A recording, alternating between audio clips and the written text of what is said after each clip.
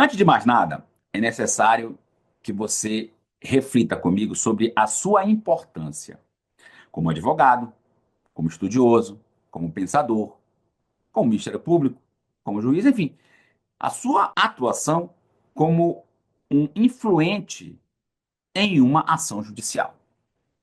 Por que isso é importante? Por que isso é interessante a gente refletir? Por que isso é um ponto interessante de partida da nossa discussão? Porque, na verdade, você tem dois modos de atuação. O seu modo de atuação perante os recursos chamados recursos ordinários, ou seja, o seu modo de atuação enquanto a causa tramita até os tribunais ordinários, leia-se a sua atuação em primeiro grau de jurisdição, a sua atuação em sede de recurso de apelação, de agravo de instrumento, etc. A sua atuação nessa esfera dos chamados recursos ordinários deve ser totalmente diferente, se não totalmente, quase totalmente diferente, da sua atuação no ambiente dos tribunais superiores, no ambiente do STJ, no ambiente do Supremo, e aí vamos de carona também a sua atuação no Tribunal Superior do Trabalho.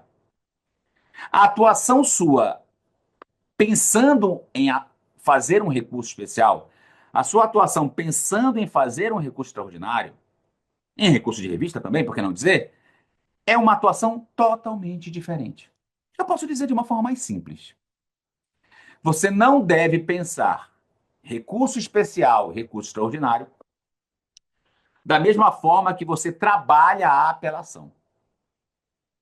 Não à toa se fala, na teoria dos recursos, que a apelação é um recurso de cognição ampla, já que você pode alegar qualquer matéria, já que você pode alegar qualquer coisa, matéria de fato, matéria de direito, não tem restrição alguma cognitiva do ambiente de julgamento da apelação.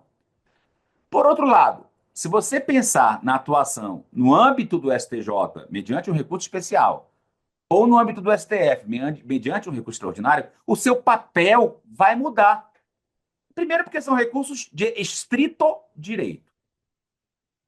Segundo, porque existem os filtros quantitativos e qualitativos, que influenciam diretamente nessa ciranda processual que é a atuação dos tribunais superiores.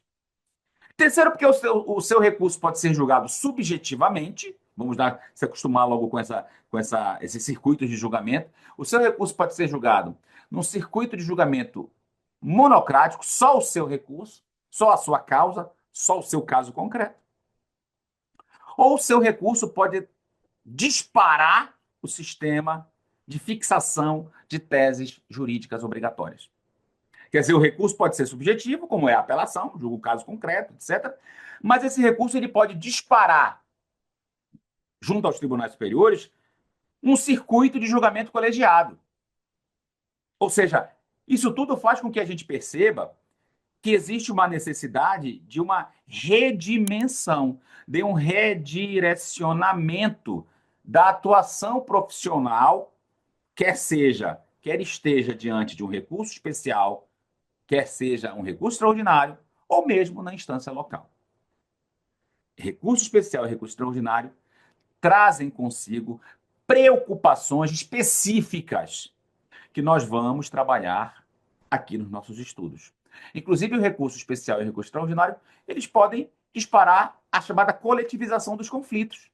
Levando em conta que os tribunais superiores podem, em razão do teu recurso especial e extraordinário, disparar o repetitivo, fixando teses em temas, ou disparar a repercussão geral, que nós vamos falar na última aula, vai ser praticamente só sobre repercussão geral, o papel da repercussão geral no Supremo Tribunal Federal, o ambiente da repercussão geral no Supremo Tribunal Federal e como nós devemos nos preocupar em trabalhar bem com os plenários de julgamento da repercussão geral, com o plenário de julgamento do mérito, e normalmente esses plenários de julgamento são virtuais.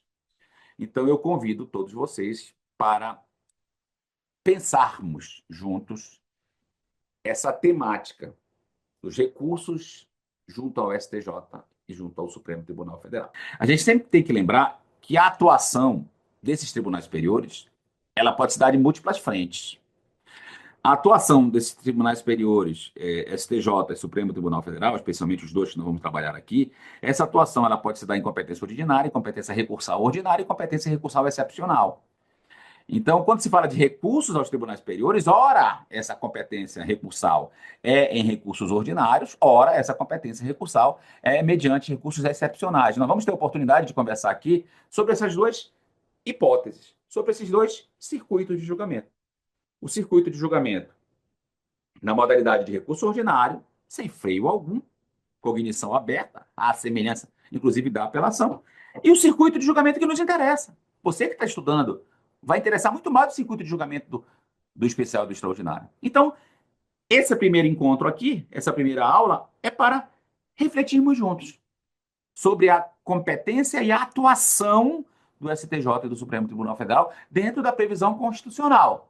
Lembrando, a previsão constitucional do STJ é no 105, no nosso texto maior, e a previsão constitucional do Supremo está no 102, no nosso texto maior. Vamos lá? Pois bem. Então, a primeira aula. Ela é uma aula preocupada com a chamada função dos tribunais superiores.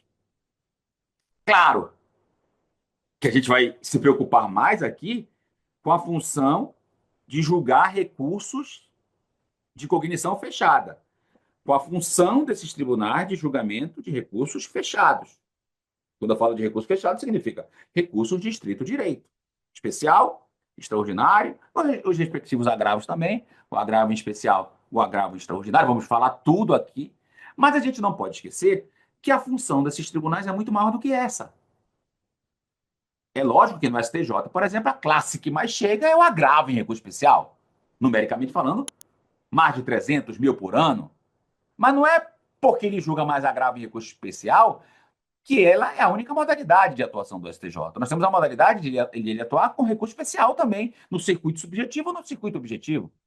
Não se preocupe que a gente vai explicar isso tudo. Bem como ele pode atuar nas causas originárias.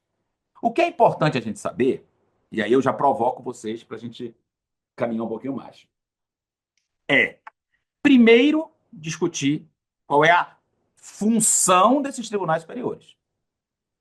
E segundo, discutir quando inicia a competência desses tribunais superiores.